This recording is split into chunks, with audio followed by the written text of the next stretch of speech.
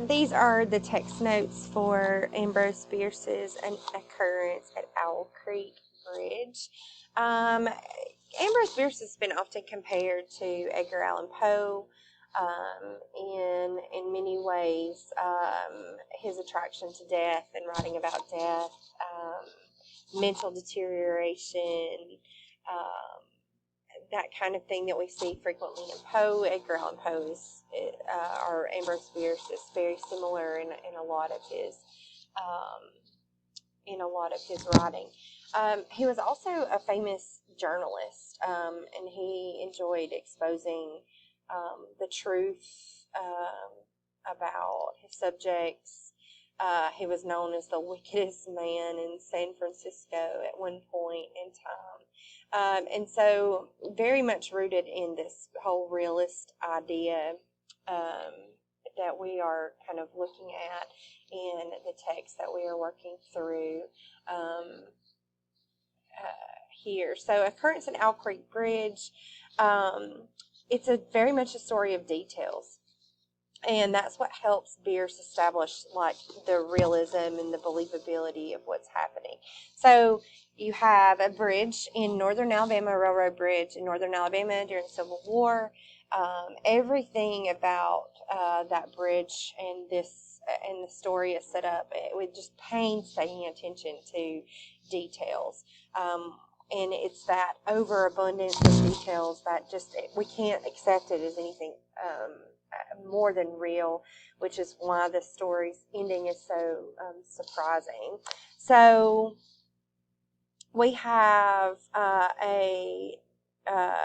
you have Northern troops that are on the bridge, and we first encounter the man whose name's Farquhar. We first encounter him. He's actually about to be executed, and that's very well laid out, very detailed for us there. Bierce was in the military, so he drew a lot of his own experience for this story, particularly from fighting from the North. And so it's divided into three parts here. The first part, Peyton Farquhar is standing on the railroad bridge. His hands are behind his back and his neck is in a noose. It's tied to a beam overhead. The sergeant and captain of the Northern Army are standing next to him, awaiting the start of the execution, which would have been a process and a procedure, kind of like a performance, essentially. Beyond them, those three men on the platform, we can see other armed guards at the edge of the bridge. They're standing guard. They have their weapons. Beyond the bridge, on one side, you have a thick forest, water directly underneath, and on the other side, an open field that we can see. It's described for us at the top of the hill. There's a little fort, and then in front of the fort, we can see infantrymen standing there, waiting for this procession to begin. So the sergeant and the captain begin their execution process. They're getting him ready to be executed, and it goes into detail about the man himself. He was a civilian, if one might judge from his dress, which was that of a planter, and goes through his features, what he's wearing, all of these things, all of these details that are explained for us here in this very first part of the story. So the sergeant and the captain begin their process, which was described also in detail, almost as if Bierce has witnessed this before.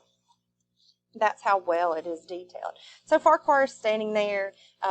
He is watching the water below the bridge. He actually is watching this little piece of driftwood that is floating down the stream. The noose over his neck. They've got him on the bridge. The railroad ties. They've got a piece of wood directly underneath his feet, so that when they remove the wood, that's when he would drop below and hang from the bridge. And then the only thing that's keeping him from doing that is a piece of wood kind of beneath his feet. And so he's standing there, and he closes his eyes, and he starts to think about his life. He thinks about his wife and his children. And he hears, in his mind, he hears a sharp metallic ringing, which kind of wakes him up. And it turns out that he can hear his watch ticking. So he begins to imagine that freeing his hands from the ties that are binding him and dropping to the water below and swimming to freedom in his home. And this has barely had a chance to kind of process in his mind when the captain nods to the sergeant, who pulls the board that's keeping Farquhar from hanging. And then the story kind of changes.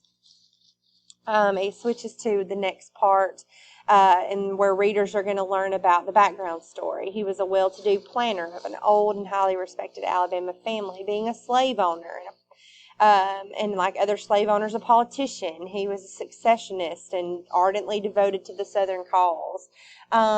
He was unable to join the Army.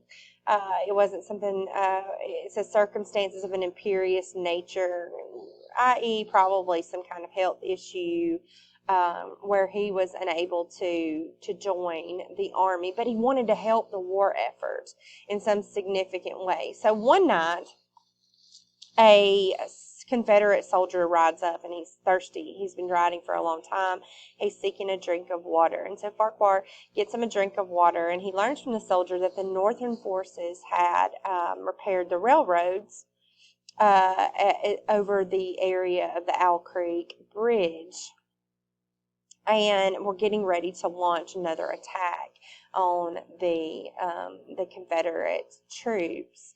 And he also learns from that soldier that any of the anybody that is found helping the North are aiding or altering, I guess I should say, the Northern forces' efforts in the area would be hanged.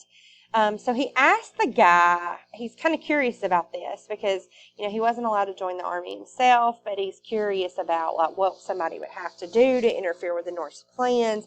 And the soldier tells him that someone could easily set fire to the driftwood near the bridge and take the bridge out. And if that bridge was taken out, then that would help they would not be able to advance across the river. And so this soldier is telling him all these things. Well, the guy leaves, and turns out he's not really a Northern soldier at all. He is a Federal scout, a scout for the Northern Army. And he rides away, and he comes back about an hour later under the cover of darkness and crosses back to the northern side where the Northern Army.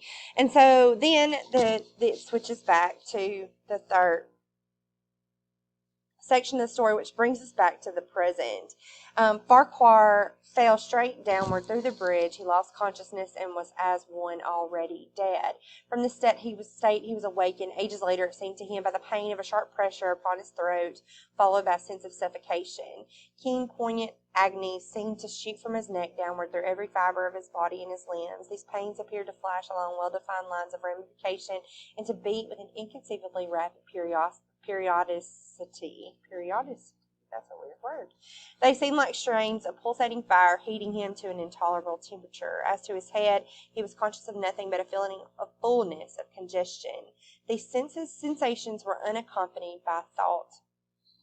So he's hanging from the bridge, and a loud splash wakes him up. And he realizes that the noose had broken and sent him down to the stream below. And so once that happens, a lot of things happen in succession. One of the soldiers start firing at him. He dives down into the water to avoid the shots, and swims as fast as he can to try to get out of their line of sight and their range. He washes ashore, heads into the forest, travels for an entire day, trying to get to his family, and he finds himself the next morning standing in front of the gate of his home. Well, his wife steps down to greet him, and as he's walking toward her, he feels a blow to the back of his neck and pain, and sees a blinding white light followed by silence and darkness, and which snaps us back into the fact that he's actually dead in the moments that he, in between his execution and his actual death, he's imagined this entire situation where he's actually freed himself and is able to return home, but he never left the bridge. His body is actually hanging from the side of Owl Creek Bridge. So the use of foreshadowing, that unreliable narrative voice, like Farquhar cannot, his reality is very distorted. He can't, he's not reliable because the events that are happening are not really happening in real time. They're happening inside of his mind. And so what he's doing is he's manipulating this traditional adventure story, and that he's managed to escape and find his way back to his family. It didn't really happen at all. And so if it were not for that overwhelming pile of details, we would not have, the ending comes as a very big surprise to us as readers, because here we are thinking that he's managed to escape, he's managed to get home, so he's manipulated that whole constructs of that story. And it's actually just a really great surprise there at the very end when we realize that everything that's happened, it all happened inside of his imagination.